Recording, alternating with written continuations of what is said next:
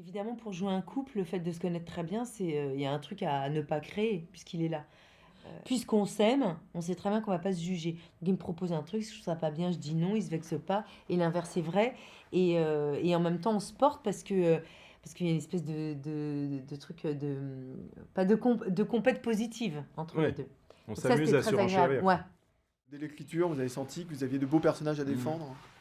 Oui, en tout cas que ça s'éloignait des clichés, c'est-à-dire que les personnages sont complexes, Mm. il y a ça et son contraire, et c'est ça qui rend les personnages vrais. Quand le personnage de Marina apprend qu'il y a une nouvelle femme dans ma vie, on a déjà décidé de se séparer depuis 1 an. Donc sa réaction, elle peut paraître un peu irrationnelle. Mais en même temps, c'est parce qu'il y a encore du sentiment, il y a encore de l'amour, et que même quand on a décidé de se séparer, bah, tout est pas tout noir, tout est pas tout blanc, c'est pas parce qu'on décide de se séparer que d'un coup, il n'y a plus il y a plus d'attachement. Donc, et voilà, c'est de prendre en compte toutes ces contradictions qui rendent le scénario intéressant et qui l'ancrent dans quelque chose de réel, de crédible. Et puis aussi, les personnages, ils sont intéressants parce qu'on le sent grâce à la première scène, c'est des gens qui ont une folie entre eux.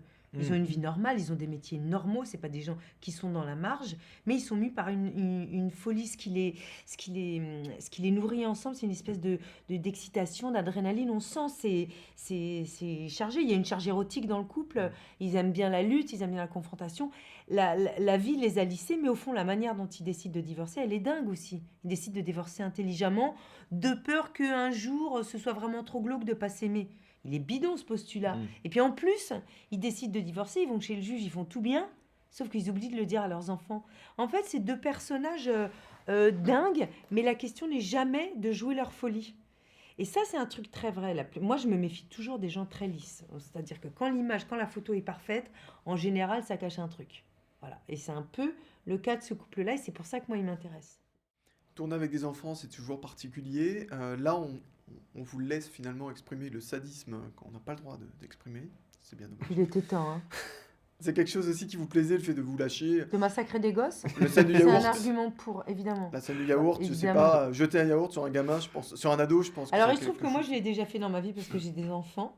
Donc, ça, c'est vraiment une scène vécue du film.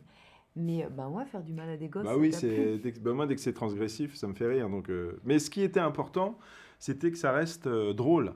Et si c'était cruel gratuitement ou trop dur, trop violent, si on n'était plus, si les spectateurs n'étaient plus en empathie avec notre couple, ça marchait plus. Donc c'était vraiment un équilibre assez fragile sur lequel on était très vigilant.